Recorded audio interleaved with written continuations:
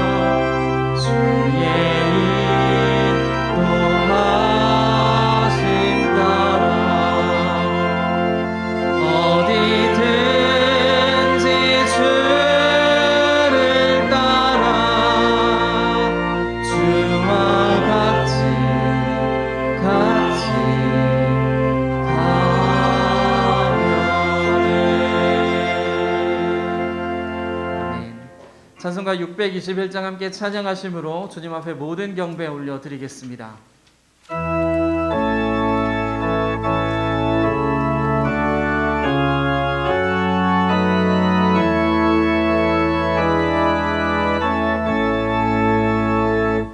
찬양하라 내 영혼아, 찬양하라 내 영혼아, 온 마음과 정성 다하여 주 찬양하라.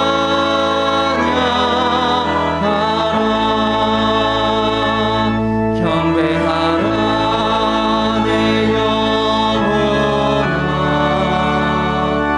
경배하라 내 영혼아, 온 마음과 정성 다하여 주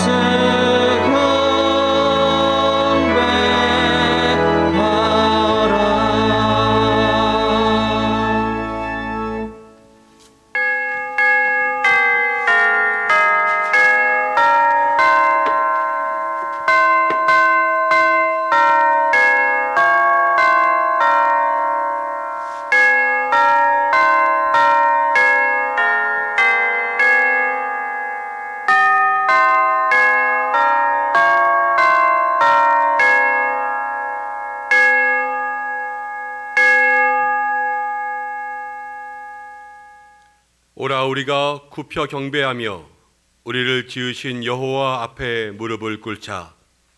그는 우리의 하나님이시요 우리는 그의 기르시는 백성이며 그의 손이 돌보시는 양이기 때문이라. 너희가 오늘 그의 음성을 듣거든 너희 마음을 완악하게 하지 말지어다. 하나님은 영이시니 예배하는 자가 영과 진리로 예배할지니라. 아멘.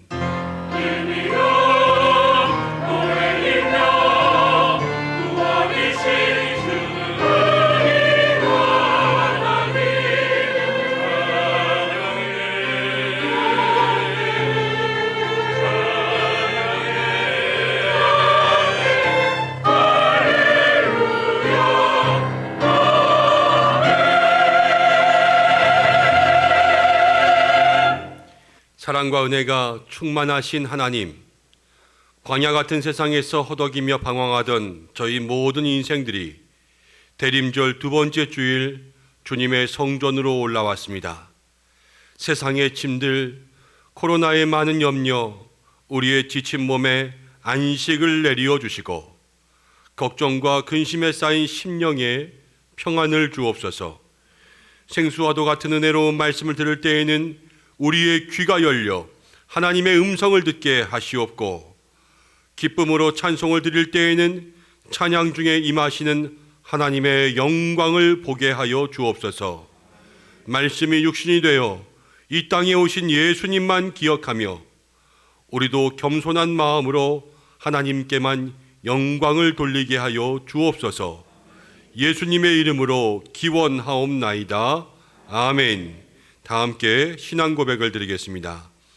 나는 전능하신 아버지 하나님, 천지의 창조주를 믿습니다.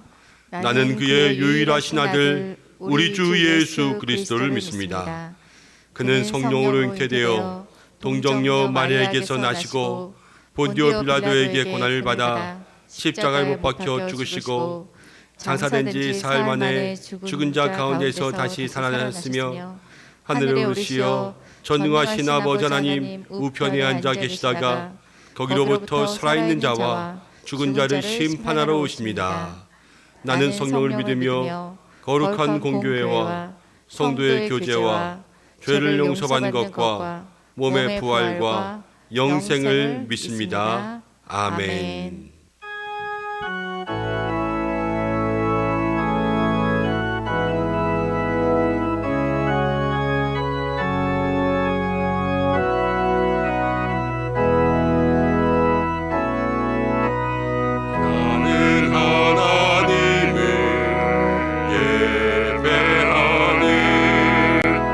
예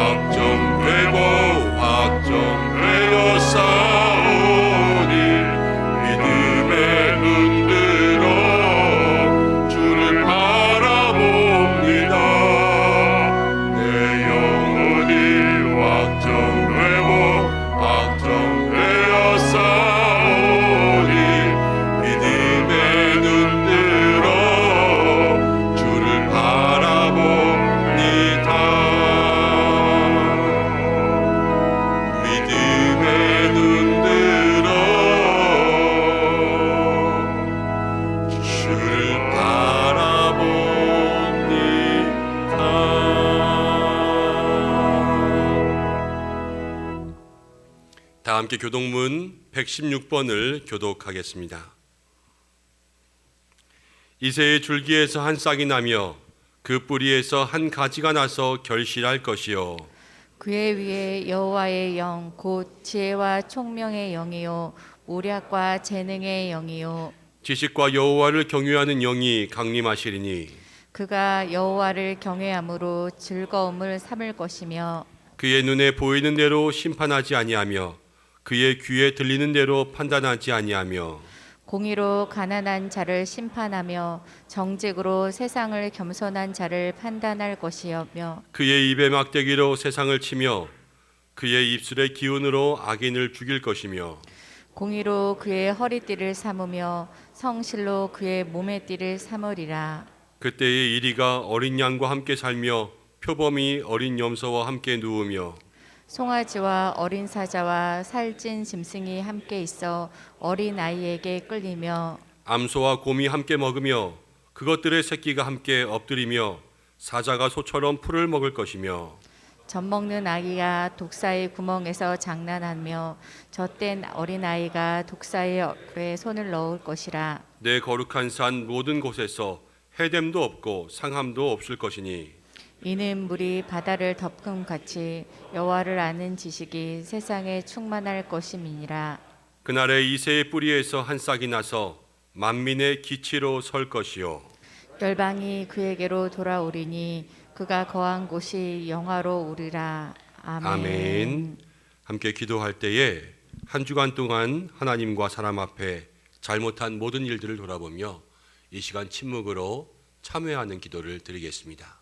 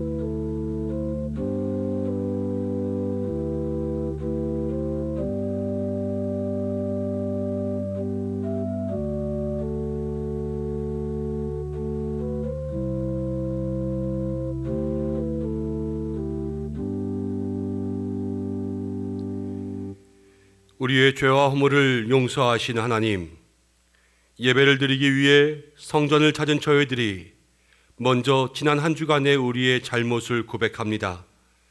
한 해의 마지막 달이 다 되도록 저희들은 주님께서 주신 시간들을 소중히 여기지 못했습니다. 육체의 욕심을 채우는 일에 급급하여 영혼을 돌보는 일을 소홀히 했습니다. 주님께서 보여주신 의롭고 선한 행실을 본받지 않고 오히려 하나님께서 금하신 죄를 지으며 성령님을 근심하게 만들었습니다. 변함없이 베풀어 주시는 은혜를 이 한 해도 넘치게 받았지만 그 받은 은혜에 감사하지 못하고 선하고 의로운 삶으로 응답하지도 못했습니다. 불신앙으로 살았던 저희들의 모든 삶을 회개하오니 아버지여 용서하여 주시옵소서. 예수님의 이름으로 이 모든 고백의 기도를 드립니다. 아멘. 자신의 죄를 고백하는 주의 백성들에게 하나님께서는 이렇게 말씀하십니다. 내가 내 허물을 빽빽한 구름같이 내 죄를 안개같이 없이 하였으니 너는 내게로 돌아오라.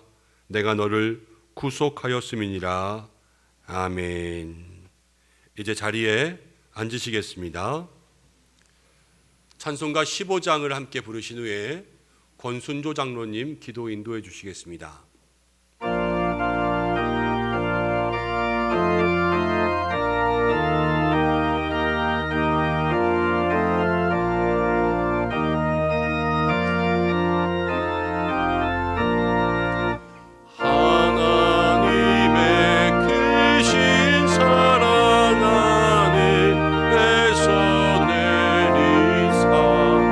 우리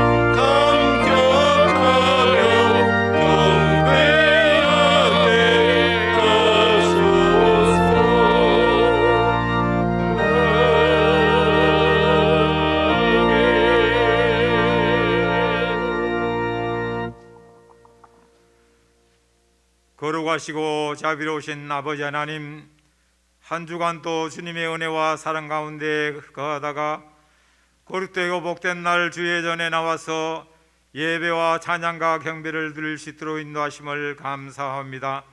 우리가 살아가는 모든 것이 하나님의 은혜요 하나님의 사랑임을 깨달으며 늘 감사와 찬양과 경배로 영광 돌릴 수 있는 귀한 저희들의 삶이 될 수 있도록 도와주옵소서. 대림절 두 번째 주를 맞이하여 싸웁니다.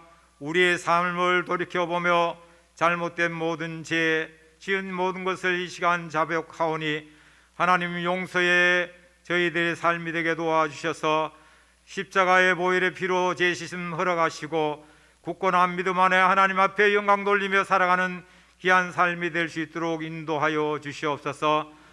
항상 우리의 삶을 돌이켜볼 때에 부족한 것도 많고 연약한 것도 많지만은 하나님이 늘 저희들을 인도하시고 사랑하여 주셔서 하나님께 감사하며 살아갈 수 있는 귀한 생의 삶으로 인도하신 아버지 하나님 감사하옵니다.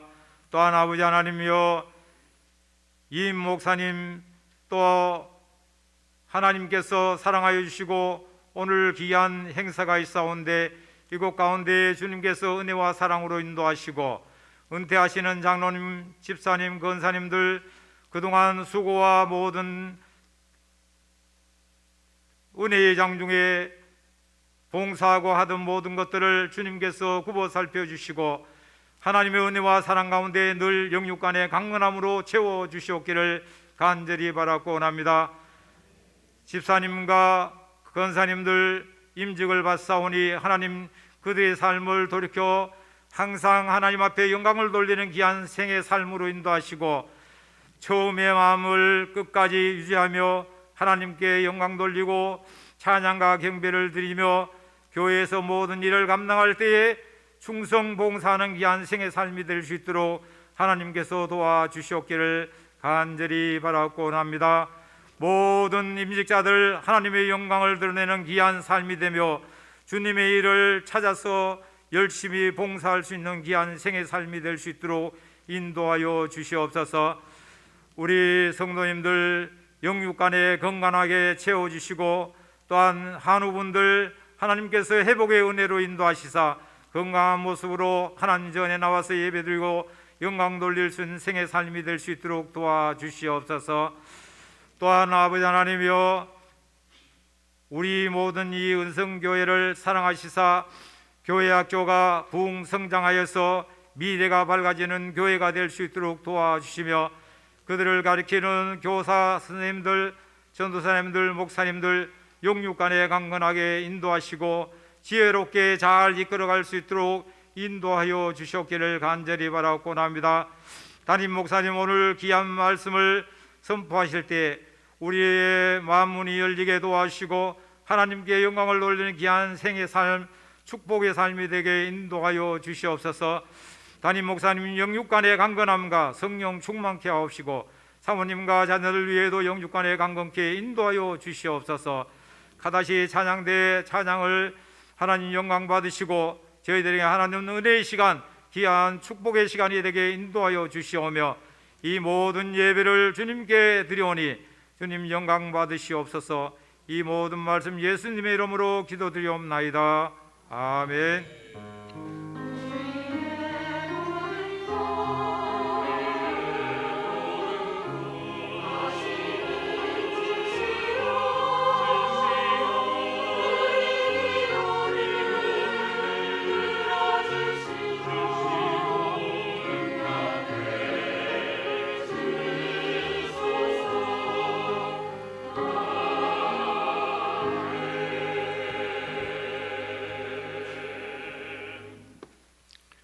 오늘 우리에게 주시는 말씀은 마태복음 2장 13절부터 23절까지의 말씀입니다. 신약 성경 2면에 있습니다. 한 구절씩 교독으로 봉독하고 마지막 절은 함께 읽겠습니다. 이 계시의 말씀을 봉독할 때 살아계신 하나님의 음성을 들으시기 바랍니다. 그들이 떠난 후에 주의 사자가 요셉에게 현몽하여 이르되 헤롯이 아기를 찾아 죽이려 하니 일어나 아기와 그의 어머니를 데리고 애굽으로 피하여 내가 내게 이르기까지 거기 있으라 하시니 요셉이 일어나서 밤에 아기와 그의 어머니를 데리고 애굽으로 떠나가 헤롯이 죽기까지 거기 있었으니 이는 주께서 선지자를 통하여 말씀하신 바 애굽으로부터 내 아들을 불렀다 함을 이루려 하심이라. 이에 헤롯이 박새들에게 속은 줄 알고 심히 노하여 사람을 보내어 베들레헴과 그 모든 지경 안에 있는 산의 아이를 박사들에게 자세히 알아본 그때가 기준하여 2살부터 그 아래로 다 죽이니 이에 선지자 예레미야를 통하여 말씀하신 바 라마에서 슬퍼하며 크게 통곡하는 소리가 들리니 라헬이 그 자식을 위하여 애곡하는 것이라. 그가 자식이 없으므로 위로받기를 거절하였도다 함이 이루어졌느니라. 헤롯이 죽은 후에 주의 사자가 애굽에서 요셉에게 현몽하여 이르되 일어나 아기와 그의 어머니를 데리고 이스라엘 땅으로 가라. 아기의 목숨을 찾던 자들이 죽었느니라 하시니 요셉이 일어나 아기와 그의 어머니를 데리고 이스라엘 땅으로 들어가리니 그러나 아켈라오가 그의 아버지 헤롯을 이어 유대의 임금됨을 듣고 거기로 가기를 무서워하더니 꿈에 지시하심을 받아 갈릴리 지방으로 떠나가 나사렛이란 동네에 가서 사니 이는 선지자로 하신 말씀에 나사렛 사람이라 칭하리라 하심을 이루려 함이로라. 아멘. 아멘. 이 말씀을 통하여 하나님께서 우리에게 은혜 주시기를 원합니다. 카다시 찬양대가 준비한 찬양으로 하나님 앞에 영광 올려드리겠습니다.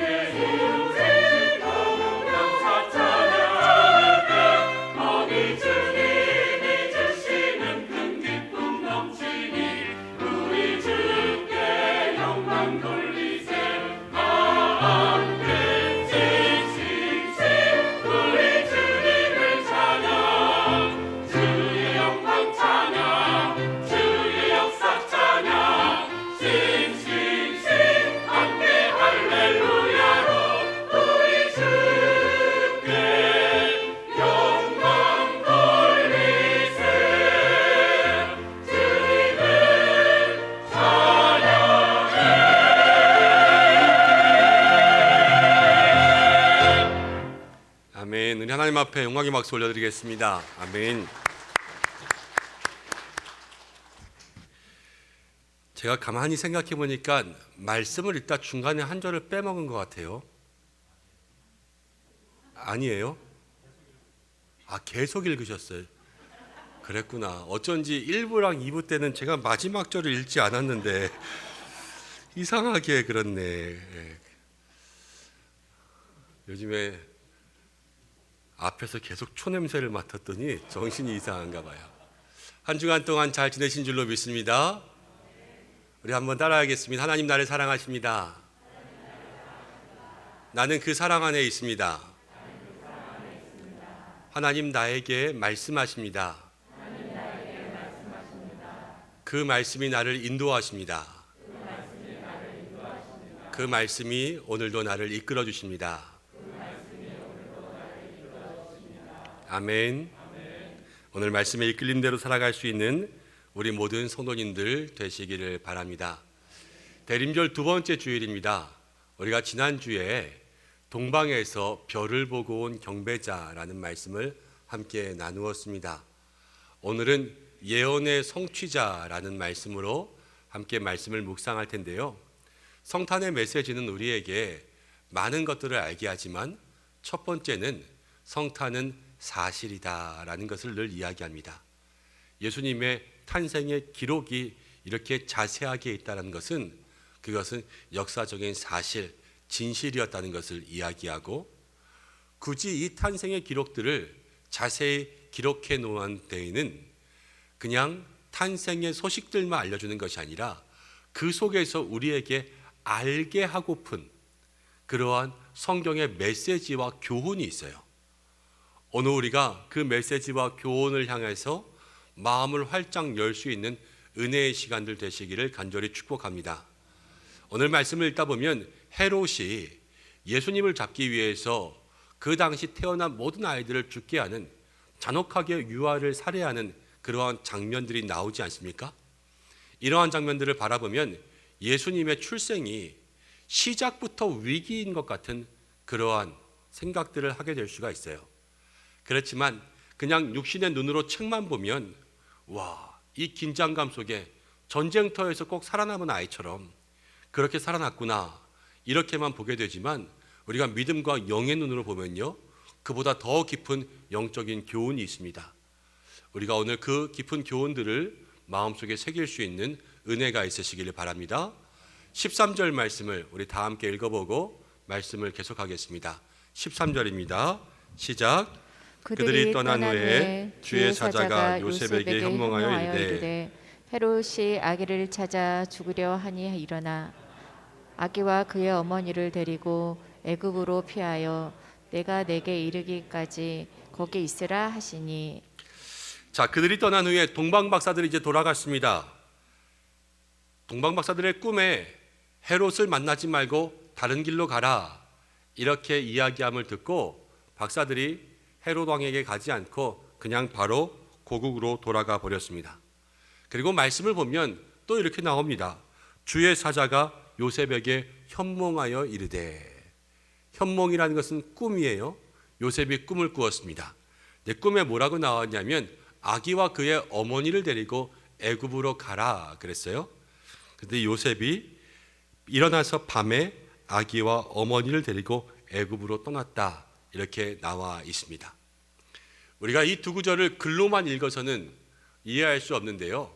그 당시 요셉이 아기와 아직도 몸을 다 풀지 못한 그러한 아내와 머물렀던 곳은 베들레헴이었고요. 애굽, 나일강이 있던 많은 사람들이 살던 주거 지역까지는 약 480km 정도의 거리가 있는 아주 먼 곳입니다. 그런데 꿈을 꾸었어요. 꿈에 단난장이 아이와 이제 막 출산한 산모를 데리고 480km를 가라. 그럼 여러분들 가시겠습니까? 꿈이에요, 꿈. 꿈을 꾸었는데 돼지 꿈을 꾸었다면 다음날 복권은 사시겠죠. 그런데 꿈을 꾸었는데 오늘 당장 집을 팔고 내일 저 부산으로 내려가라. 그럼 가실 수 있겠어요? 이건 힘든 결정이에요. 제가 전도사를 제일 처음 시작하면서 이제 결혼한 지 얼마 안 되고 아이가 태어나고 난 이후에 아이가 밤에 울고 보채니까요 잠을 잘 못 자잖아요. 그래서 새벽 기도를 가기가 힘들더라고요. 그래서 일주일에 목요일이 됐는데 새벽 기도를 4번 빠졌어요. 다 빠진 거죠. 월화수목까지 새벽 기도를 다 빠지고 이제 목요일 날 밤에 자는데 그때 교회에 담임 목사님이 꿈에 나타났어요. 그래서 이러는 겁니다. 김 전도사, 새벽 기도를 왜 안 와? 새벽 기도 와야지. 이렇게 얘기하시는 것을 꿈을 꾸고 깼어요. 제가 금요일 날 새벽에 새벽 기도를 갔을까요? 안 갔을까요? 안 갔어요. 제가 마음속으로 생각했죠. 아니 애기도 있고 피곤하고 평생 새벽 기도 할 건데 하나님 이번 한 주간만 봐주세요. 어차피 이번 주에 4번 빠진 거 한 번 빠지면 5번인데 다음 주에 다 나갈게요. 그러면서 금요일 날도 또 안 나갔어요. 우리가 그렇습니다. 그런데 꿈에 갓난쟁이와 그 어머니를 데리고 가라 그랬다고 애굽까지 간다고요? 이거는 요셉이 평범한 사람이 아니었음을 알려줘요. 요셉은 성경 가운데 보면 의로운 사람이라 그랬습니다. 이 의로운 사람에게 어떤 특징이 있었냐면요, 꿈에 나타난 계시를 하나님의 말씀으로 믿을 수 있는 그 믿음과 분별력이 있었고요, 순종의 마음이 있었던 거예요. 이 대림절을 통하여서 우리가 먼저 기억해야 될 것은 무엇이냐면, 신앙생활은요 주의 말씀에 언제든지 순종할 수 있는 준비가 되어 있어야 한다는 것을 하나님께서 우리에게 알려주시고 있다는 거예요. 예수님께서 우리에게 주시는 모든 말씀, 그 말씀 가운데 날마다 순종의 준비를 하고 살아갈 수 있는 믿음의 역사가 있기를 간절히 축원합니다. 그리고 오늘 성경은 우리에게 한 가지를 더 알려주는데, 요셉에게 아기와 그의 어머니를 데리고 가라 이렇게 이야기했습니다. 요셉에게 이야기한다면 이렇게 얘기하는 게 맞아요. 아기와 내 아내를 데리고 가라. 성경이 너의 아내라고 얘기하지 않고요, 아이의 어머니라고 마리아를 부르고 있어요. 여기서 우리는 무엇을 생각할 수 있냐면, 성경의 관점의 중심이 바뀌었어요. 요셉이 중심이면 요셉의 아내도 되고 요셉의 아들도 돼요. 그렇지만 하나님의 역사의 중심에 누가 있냐면 예수님이 있는 거예요. 요셉이 아무리 순종의 사람일지라도 요셉은 그냥 예수님의 아버지, 마리아가 아무리 예수님을 낳았다 할지라도 마리아도 아기의 어머니가 되는 거예요. 우리들이 이 대림절을 살아가면서 우리 지금까지 늘 우리가 중심되는 인생을 살아왔어요. 내가 이렇게 살아왔지만 이제 이 대림절을 통하여서 우리의 중심이 예수님 중심으로 바뀌어야 되는 줄로 믿습니다. 우리의 모든 고백, 나의 모든 생각이 예수님으로부터 출발할 수 있는, 그래서 아기와 그의 어머니로 얘기될 수 있는 그 믿음의 역사가 우리에게 있기를 간절히 축복합니다. 이제 요셉이 아기를 데리고 애굽으로 갔습니다. 이렇게 애굽으로 간 것은 다른 것이 아니라 성경은 언약의 성취, 예언의 성취라고 이야기하고 있어요. 그래서 오늘 말씀의 제목을 예언의 성취자라고 정했거든요. 어떤 예언을 성취하기 위한 것인가? 15절부터 보겠습니다. 15절 함께 했습니다. 시작. 헤롯이 죽기까지 거기 있었으니 이는 주께서 선지자를 통하여 말씀하신 바 애굽으로부터 내 아들을 불렀다 함을 이루려 하심이라. 애굽으로부터 내 아들을 불렀다. 이 말씀은 호세아 11장에 있는 말씀을 인용한 것입니다. 이스라엘이 어렸을 때에 내가 사랑하여 내 아들을 애굽에서 불러냈거늘. 애굽에서부터 하나님께서 건져내신 그러한 역사를 예수님께서 친히 경험하신 거예요. 이 애굽은요, 이스라엘 민족들에게 큰 의미가 있습니다. 이스라엘 민족이 애굽에 들어가기 전에는 민족이 아니었어요. 야곱의 가족 70여 명이 애굽에 가서 애굽에서 온갖 고생하며 살았지요. 그러면서 애굽을 나올 때에는 장정만 50만, 그래서 인구 200만 가량의 민족을 이루었어요. 이 애굽은 고난의 땅, 한숨과 눈물, 슬픔의 땅이었지만 이 애굽을 통하여서 민족이 완성되고요. 때가 되니까 하나님이 건져주시는 거예요. 우리들의 믿음의 역사가 사실 이와 같습니다. 우리들에게도 애굽이 있습니다. 고난이 있고 한숨이 있습니다. 애굽에 들어갈 때는 우리가 정말로 억지로 끌려가는 데 들어갑니다. 그렇지만 이 애굽의 삶이 완성돼야지만 민족이 완성되는 거예요. 그리고 이 민족이 완성되면요, 하나님께서 건져내 주시는 출애굽, 그 역사가 우리 가운데 일어나게 됩니다. 그런데 이것을 우리가 어떻게 알 수 있냐면요, 하나님께서 그 아들에게 먼저 그 일을 경험하게 하셨어요. 애굽에 내려가서, 애굽이 무슨 땅이에요? 아주 좋은 부유층 강남 땅으로 간 것이 아니잖아요. 피난 갔던 땅, 그곳에서 때가 되니까 건져주시는 역사를 예수님 먼저 경험하시고 그 약속이 우리들에게도 이루어질 것을 보증하고 계신다는 거예요. 그래서 예수님은 구원자 되십니다. 세상 일을 알아보면 이래요. 세상 일에 도둑질하면 도둑질 아무리 잘해도, 아무리 많이 훔쳐도 마지막엔 결국 감옥이잖아요.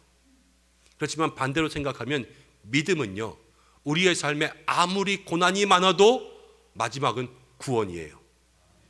믿음은 우리의 인생에 아무리 역경이 많아도 마지막은 승리라는 것을 예수님이 시작부터 우리에게 말씀해주고 시작하신다는 거예요. 예수님은요, 구원의 역사를 우리에게 보여주시는 예언의 성취자로 오셨습니다. 오늘 사랑하는 우리 믿음의 성도들이 날마다 말씀 속에 이 예언의 성취를 기억하시기 바랍니다. 예수님 우리를 건져주시고 구원하여 주십니다. 예수님이 애굽으로 피신하고 난 이후에 헤롯은 그것을 아직 몰랐어요. 그런데 동방의 박사들을 기다리다가 박사들이 오지 않으니까 오늘 성경을 보면은 자기가 속은 줄 알고 심히 화가 났다, 이렇게 기록했습니다. 그런데 헤롯이 제일 처음 박사들에게 이렇게 얘기했잖아요. 아기 예수님 있는 것을 알려주면 나도 가서 경배하겠다. 근데 속마음은 아기 예수님을 잡아서 죽이고 해하고자 하는 마음이 있었지요. 그러면 처음에 먼저 속인 사람은 누굽니까? 헤롯이죠. 동방 박사들은 헤롯을 속인 게 아니라 지시하신 대로 바로 집에 돌아갔을 뿐이에요. 그렇지만요, 헤롯은 자기가 속았다고 화를 내고 있어요. 이게 세상 사람들의 모습이라는 것을 우리가 생각할 수 있게 합니다. 자기가 속이고요, 조금 자기 마음에 안 들면 자기가 속았다고 도리어 가지고 있는 모든 힘과 권력을 가지고 횡포를 부리는 이 세상 앞에서 우리는 어떻게 살아야 될까요? 오늘 헤롯을 보면 이렇게 생각할 수도 있습니다. 아기 예수님 하나 잡겠다고 그 당시에 모든 아이들을 다 죽였어요. 성도 하나 넘어뜨리겠다고 사단은요, 별짓을 다 합니다.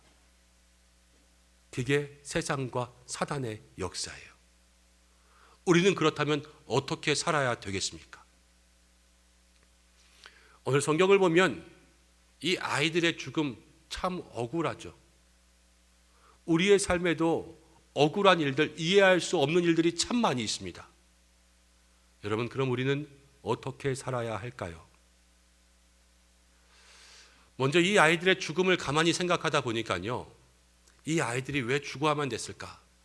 그 당시 베들레헴에 2살 이하의 아이들, 성경학자들은 바벨론에서 돌아온 인구들을 그 시간까지 추정해서 그때 아이들의 출산 어느 정도가 되었을까 고민하면서요, 약 20명에서 30명 정도의 아이가 죽었을 것이다, 이렇게 이야기합니다. 다 죽이라 그랬는데 그렇게 생각하면 생각보다 작을 수는 있겠어요. 그렇지만요, 아이들이 죽는 것 쉬운 일은 아니죠. 이 자리에도 이런 비슷한 일을 겪으신 분들이 있을지도 모르겠습니다. 그래서 사실을 이야기하기가 조금 조심스러워요. 그런데 가만히 성경을 계속해서 묵상하다 보니까 성경이요, 이 장면에 대해서 크게 의문을 가지는 것 같지 않아요.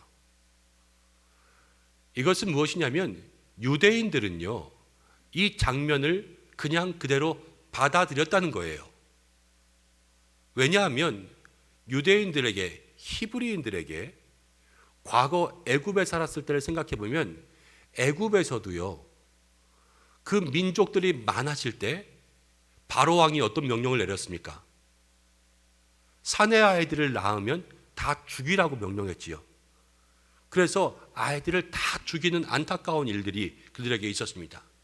살면서 아이들이 바벨론 포로로 끌려가고 또 전쟁 가운데 다 죽어가고 이 헤롯 때문에 그들의 삶 속에 주신 귀한 생명들이 죽어가는 일들이 이스라엘에게는요, 한 번이 아니라 반복적으로 일어났다는 거예요.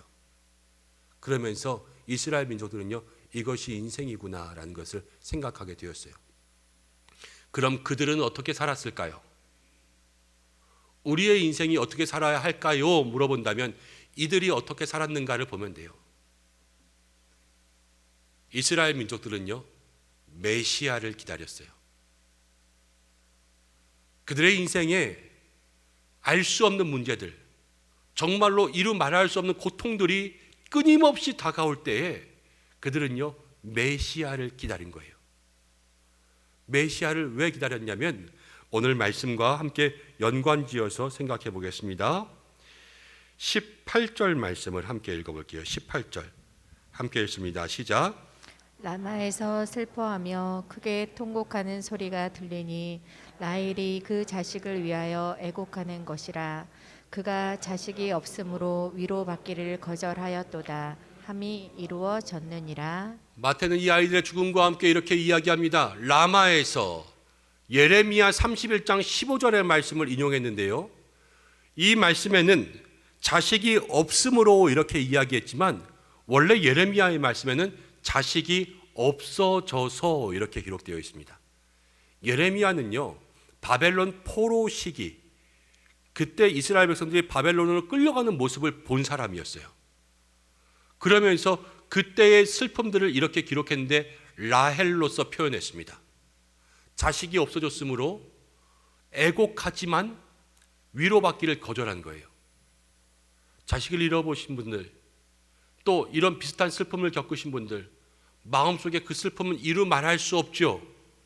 그렇지만 위로받기를 거절했다는 것은 무엇이냐면 너무 슬프기 때문에 누구도 위로가 되지 않는 거예요. 어떤 말도 위로되지가 않고 차라리 위로의 말들조차 듣기 싫은 거예요. 그렇기 때문에요, 이 라헬의 슬픔은요, 이루 말할 수 없는 큰 슬픔으로, 자식을 잃은 포로로 끌려간 그러한 슬픔으로 비유됩니다. 근데 마태는 오늘 이 말씀 속에 예수님께서 세상은 위로해 줄 수 없지만 예수님이 이 일들을 다 경험하셨기 때문에 예수님이 우리의 마음을 진짜 안다. 그리고 예수님께서 우리의 인생에 참된 위로자가 되신다는 것을 얘기하고 있는 거예요. 세상이 우리를 넘어뜨리려고 헤롯처럼 덤벼들 때, 우리에게 이해할 수 없는 슬픔들이 있을 때 우리는 어떻게 살아야 될까? 오직 이 이스라엘 민족처럼 메시아를 기다리면서 예수님만이 우리의 모든 슬픔의 위로자가 되신다라는 것을 마음속에 기억하며 살아야 될 줄로 믿습니다. 헤롯이 왜 이렇게 아이들을 죽이며 또 예수님을 잡으려고 했을까? 예수님이 자기의 왕좌를 빼앗을까 봐 그랬죠. 근데 가만히 생각해 보세요. 예수님이 이 땅에 헤롯의 자리에 들어가려고 오셨습니까? 예수님은 그렇게 오시지 않았어요. 예수님은요, 참 자유와 진리와 평화와 구원을 주려고 이 땅에 오셨습니다. 심지어는 헤롯에게도 믿기만 하면 그렇게 됐을 거예요. 근데 헤롯은요, 예수님이 오면 자기 것을 빼앗길까 생각했습니다. 제 친구 중에 이런 친구가 있습니다. 교회 다녀, 예수님 믿어 그러면은 뭐라고 이야기하냐면, 교회 다니면 헌금 내야 되잖아, 나 교회 안 가, 이렇게 얘기해요. 교회 다녀 이러면, 교회 가면 주일날, 일요일이죠, 일요일날 놀지도 못하고 등산도 못 가잖아, 나 안 다녀 이러고요. 교회 다녀 이러면은, 교회 다니면 술도 못 마시고 담배도 못 피잖아. 나 안 다녀. 이렇게 이야기하는 친구가 있습니다. 예수님 믿고 교회 다니면 무엇인가 하던 것들을 못하게 될 것 같은, 무엇인가 잃고 뺏길 것 같은 그러한 마음의 생각들이 있는 거예요. 그렇지만 이미 우리는 알고 있지 않습니까? 예수님께서는 더 많은 것들을 우리에게 주십니다. 예수님 우리의 돈에 그렇게 관심 없어요. 예수님 우리의 자리에 관심 없고요. 예수님 나의 레저에 별로 관심이 없어요. 예수님이 관심 있으신 것은 우리가 주님을 믿기만 하면 우리에게 무엇을 주실까?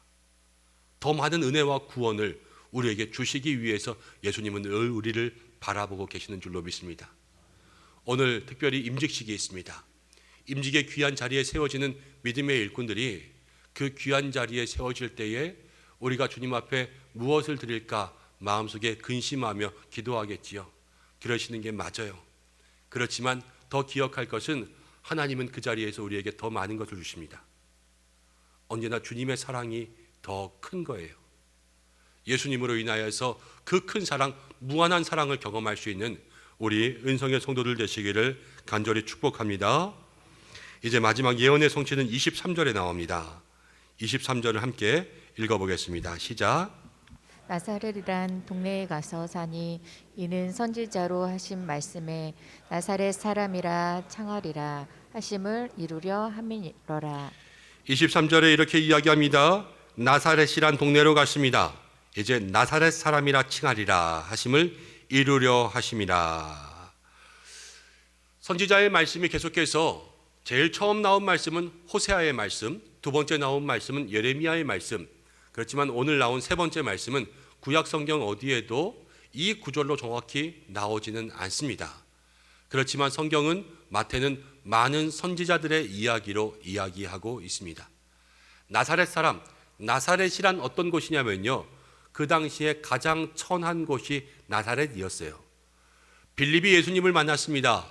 그리고 그 친구 나다나엘이란 사람에게 가서 내가 예수님, 구원자, 메시아를 만났다. 그는 나사렛 예수다. 이렇게 얘기했어요. 그랬더니 나다나엘이라는 사람이 이렇게 이야기합니다. 나사렛에서 무슨 선한 것이 나겠느냐.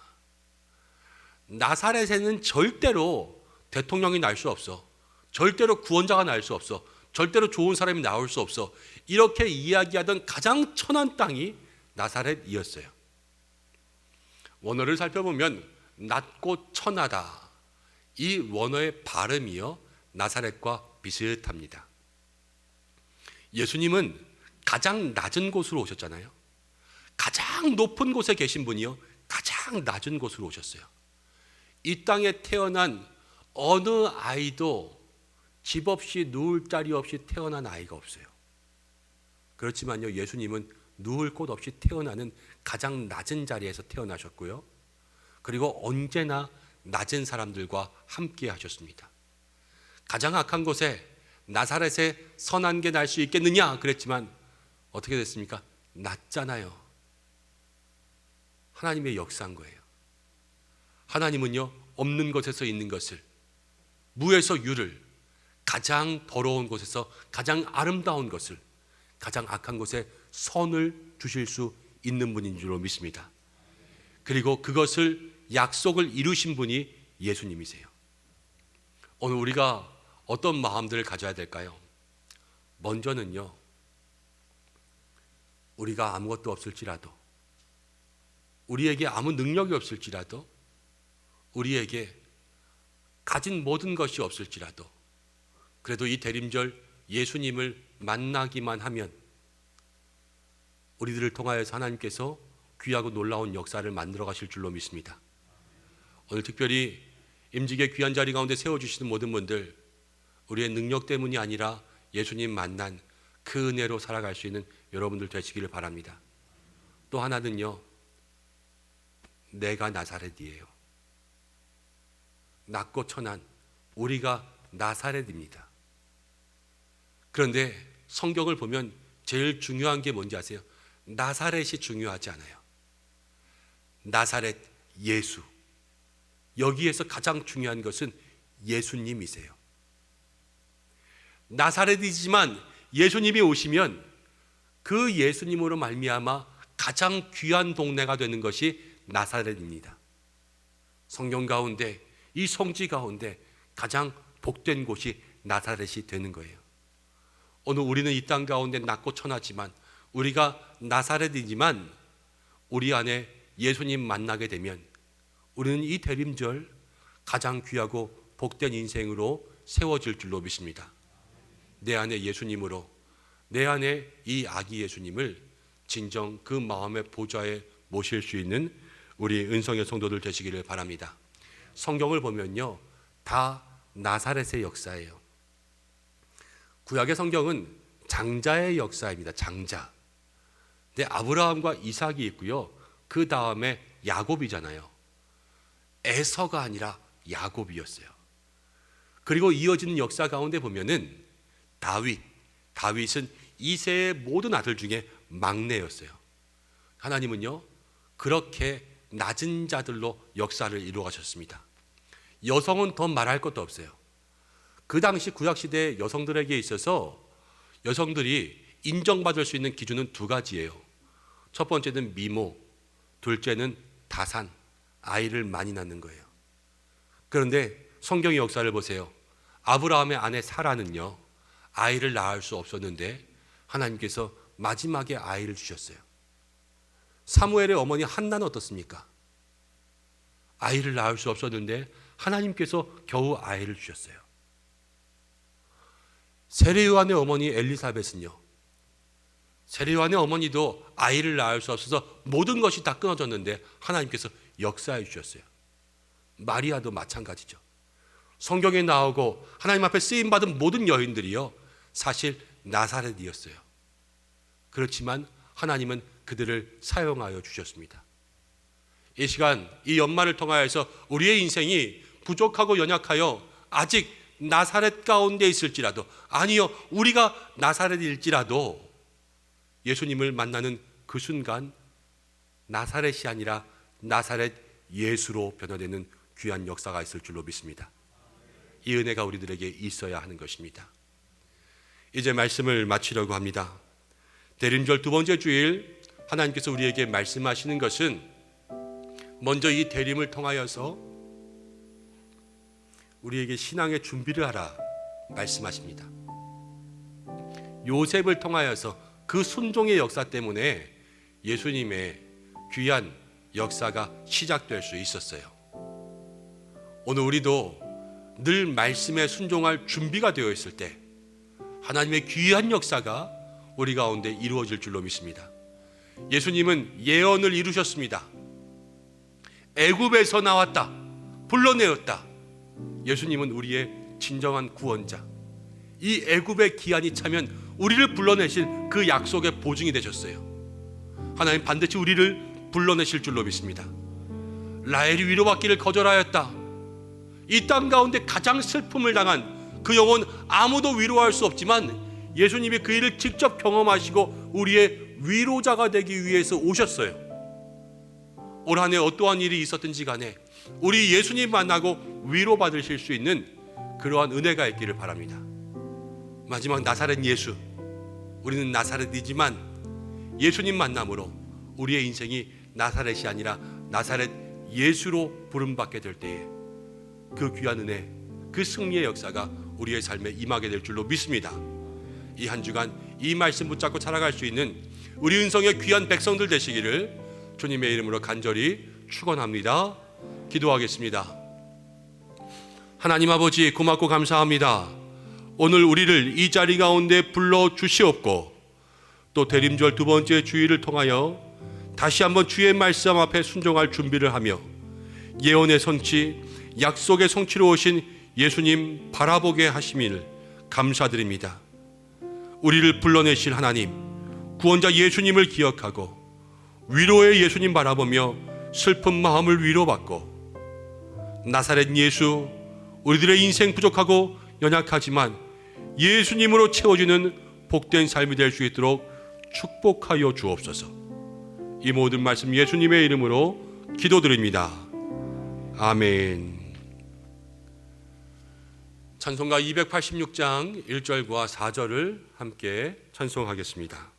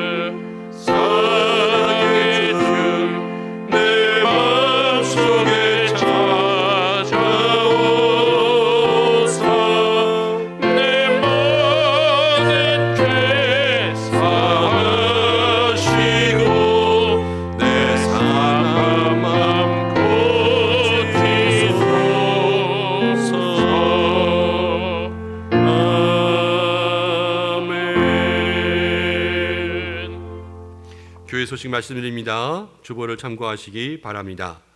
오늘 주일 예배로 영광 돌린 모든 분들을 축복합니다. 대림절 두 번째 주일, 예언의 성취자로 오신 예수님과 함께 은총을 누리는 한 주간 되시기를 바랍니다. 처음 방문하시고 예배하신 새가족들을 환영합니다. 교회 등록을 원하시는 분들은 본당 입구 안내위원들에게 문의해 주시기 바랍니다. 오늘 오후 3시에는 목사 위임 및 항존직, 은퇴, 임직 예식이 있습니다. 오늘 오후 찬양 예배는 임직 예식으로 대신합니다.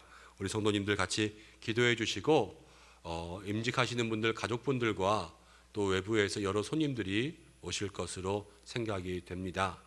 코로나 가운데 안전할 수 있도록 중보와 또 많은 분들이 오실 때 죄송하지만 또 손님들이 오시기 때문에 우리 교회 성도님들께서 좀 자리를 양보해 주셔서 소예배실 친교실에 계속해서 예배 환경들을 마련해 놓았는데요. 오시는 분들의 이러한 모양새를 봐서 같이 협조해 주시면 좋겠습니다. 임직자들이 또 기념 수건을 준비했습니다. 나가실 때 꼭 하나씩 받아가시기를 바랍니다. 다음 주일 정기 당회가 있습니다. 1만 시간 기도운동, 하루 1시간 기도운동 계속 진행하고 있습니다. 기도 확인표를 제출해 주시기 바랍니다. 미스바 기도회가 매주 수요일 오후 1시 본당에서 있습니다. 광고 마치고 마지막 시간에 우리 1000시간 최다 기도상 또 6000번째 기도상 함께 축복하겠습니다. 아가새 기도회 사진 전시가 오늘 로비에서 있습니다. 오늘까지는 우리 사진을 쭉 전시해 주시고 우리 가족들은 다음 주에 사진 가져가시면 좋겠습니다. 은성 기독실업인 축복기도회가 내일 새벽 예배 후 찬양대석에서 있습니다. 우리 개인 사업하시는 분들 또 사업장 위에서 기도 제목 있으신 분들은 새벽 예배 후 기도의 제목을 가지고 찬양대석에서 기도로 한 달을 시작하시기 바랍니다. 유아 세례, 아동 세례가 있습니다. 우리가 성탄에 세례를 하려고 하는데요. 지난번 총회를 통하여서 세례에 대한 기준이 바뀌었습니다. 이전에는 2살 이하까지가 유아 세례였는데요. 이제는 6살 이하까지를 유아 세례, 그리고 7살부터 12살까지를 아동 세례라고 새롭게 만들었습니다. 이것은 의미가 무엇이냐면 예전에는 2살 이하만 세례받고 그 다음 성인 세례 15세까지 될 때까지는 세례를 줄 수가 없었어요. 근데 이제는 세례를 확대한 거죠. 더 많은 사람들, 더 많은 아이들이 세례를 받을 수 있도록 길을 열은 것입니다. 그래서 우리 성도님들 가정에 자녀들 유아 세례에 참여할 수 있도록 함께 기도해 주시기 바랍니다. 성탄 카드 우리 선교사님들 선물 보내기 참여해 주셔서 감사합니다. 12일까지 진행하고 선교사님들에게 선물 보내도록 하겠습니다. 지난 주간 새벽 기도회에 수고하신 모든 성도님들께 감사를 드립니다. 또 감사 자료 8일까지 제출해 주시고 오늘 또 사랑의 떡도 함께 나눕니다. 즐거운 교제 되시길 바랍니다. 12월에 모든 안내위원, 봉헌위원들 참고하시고 환우분들을 위해서 한 분 한 분 기도해 주시고 결혼 소식이 있습니다. 111목장 또 이여전도에 계시는 우리 지경자 권사님의 장녀가 되는 조은정 양의 결혼식이 11일 토요일 오후 5시 다산동에 있는 웨딩 라포엠에서 있습니다. 교회 출발은 오후 3시 50분입니다. 함께 참여해 주시고 많이 축복해 주시면 감사하겠습니다. 이 시간 우리 1만 시간 기도가 6,350시간이 되었는데요. 지난 1,000시간 내 최다 기도하신 분, 또 6,000번째 기도 함께 축복하겠습니다. 김춘자 권사님 최다 기도상, 그리고 6,000번째 기도는 우리 이진형 집사님 앞으로 나오시기 바랍니다. 우리가 기도 카드를 막 내면 이제 그거를 계속 적잖아요. 그래서 정확히 6,000번째가 안 걸릴 수 있는데 사실은 이 1,000시간씩 저희가 다 기록하고 있는데 1,000시간 내에 최다 기도 시간 그리고 그 다음 기도 시간이 6,000번째가 되는 거예요. 지금까지 그렇게 기도해 왔는데 여러분들 모두가 사실 한 시간이 귀한데요. 정말로 그 귀중한 시간들이 모아져서 1만 시간, 약순물 같은 그런 거죠. 한 방울들이 모여서 산통이 되는 그러한 기도가 우리 가운데 있을 때에 하나님께서 큰 은혜 주실 줄로 믿습니다.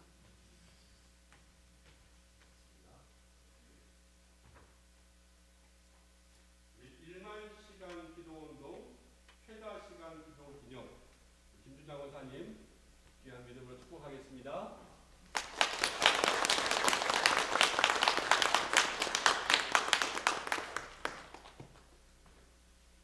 시간 기도운동 6,000번째 기도기념 축복하겠습니다.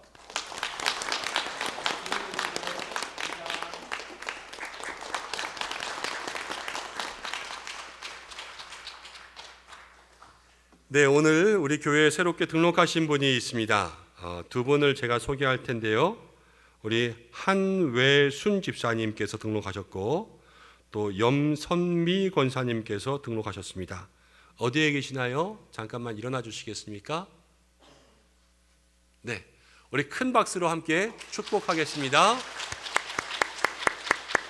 자리에 앉으시고 예배가 마친 후에 목양실에서 잠깐 교제하고 돌아가시기 바랍니다. 이제 우리 함께 인사할 텐데요. 다 한번 일어나실까요? 제가 요즘에 축복합니다 그러고 목사님도 축복합니다 이렇게 인사했더니 제 아내가 저에게 그러더라고요. 공산당 같다고. 왜 그렇게 목사님 축복합니다 그러더니, 그래서 서로 축복할 때 하나님께서 우리를 기뻐하신다 제가 그랬습니다. 오늘 이 시간에도 함께 축복하겠습니다. 사랑하는 은성의 성도 여러분, 우리 예수님은 예언의 성취자이십니다. 슬픔 당한 인생, 나사렛 같은 우리의 인생에 하나님 위로를 베풀어 주십니다. 이 한 주간도 주님과 동행하는 인생 되시기를 축복합니다. 목사님도 축복합니다. 우리 옆에 계신 분들과 함께 인사할까요? 예수님만이 하나님의 약속을 이루어 주십니다. 아멘. 이제 우리 함께 결단의 찬양 부르며 준비한 예물 드린 후에 봉헌기도와 축도로 예배를 마치겠습니다.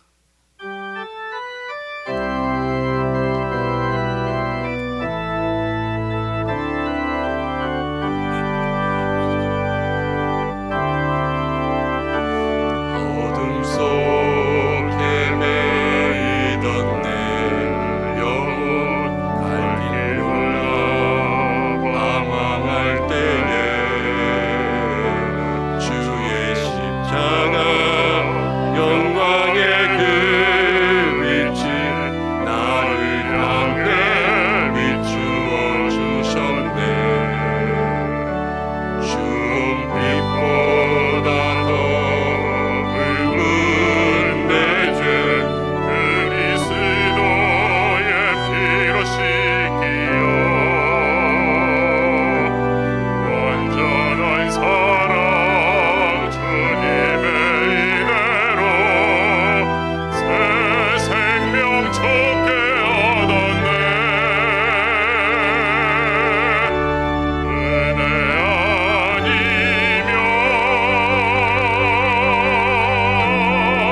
나서지 못하네. 십자가의 그 사랑 능력 아니면 나서지 못하네. 은혜 아니면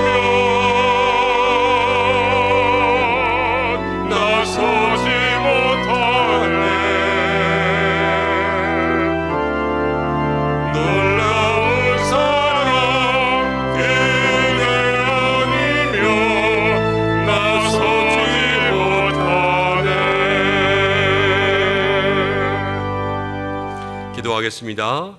우리를 위해서 그 아들 독생자를 보내주신 참 사랑의 하나님, 나사렛 같은 우리의 인생에 찾아와 주시고 슬픔 당한 라헬과 같은 우리의 인생에 위로를 주실 예수님을 기다립니다. 주님 만나는 이 한 주간 되게 하여 주옵소서. 황금과 유향과 몰약을 주님 앞에 올려드립니다. 어려운 중에도 구별한 모든 손길 가운데 하나님께서 응답하여 주시고 하늘의 은혜와 생명의 떡을 채워 주옵소서. 시간을 드리고 몸을 드리고 마음을 드렸습니다. 주께서 모든 것 속에 은혜로 갚아주실 줄로 믿사오니 날마다 원하고 바라는 것들이 주의 뜻 안에 이루어지는 축복을 누리게 하여 주옵소서. 점점 심각해지는 코로나 중에 간절히 주님의 은혜를 기다립니다. 변이 바이러스 가운데서도 우리를 지켜주시고 은성의 모든 성도, 모든 가정마다 안전하고 건강하며 영육으로 지켜주시고 형통의 복을 내려주시며 생업과 삶의 형편에 거룩한 손을 들어 축복하여 주옵소서. 주의 몸된 교회에 오늘 오후 모든 예식이 있습니다. 은혜로운 예식이 될 수 있도록 도와주시고 은퇴하시는 분들에게 영광스러운 면류관을, 임직하시는 모든 직분자들에게 기름 부으심을 주옵소서. 우리 은성교회가 더욱 은혜로 채워지며 믿음과 성령의 동산이 되게 하옵시고 모든 예식 코로나로부터 안전하게 하여 주시옵소서. 마음은 원이로되 육신의 약함으로 주의 성전에 나오지 못하는 환우들을 붙잡아 주시옵고 입시 중인 자녀들 주께서 끝까지 함께 하시며 목장과 기관위원회와 2022년을 준비하는 모든 조직과 특별히 결산과 예산에 함께하여 주옵소서. 다음 세대 교회학교 우리 선생님들을 붙잡아 주시고 오늘도 예배를 돕기 위해 수고하는 모든 종들과 특별히 추운 날씨 속에 교회 밖에서 섬기고 있는 모든 헌신된 일꾼들에게 은혜 내리어 주시옵소서. 이제는 우리 주 예수 그리스도의 은혜와 하나님의 사랑하심과 성령의 인도하심이 언약의 성취자, 우리 인생의 모든 약속을 이루실 구원자, 위로자, 나사렛 예수로 우리를 살리실 그 예수님 모시고 살기를 원하는 우리 은성의 모든 성도와 가정과 자녀와 교회와 나라와 열방과 모든 선교지와 오늘 있을 모든 예식 위에 우리 환우들과 함께 등록한 모든 새가족들 위해 함께 하시기를 간절히 축원하옵나이다. 아멘.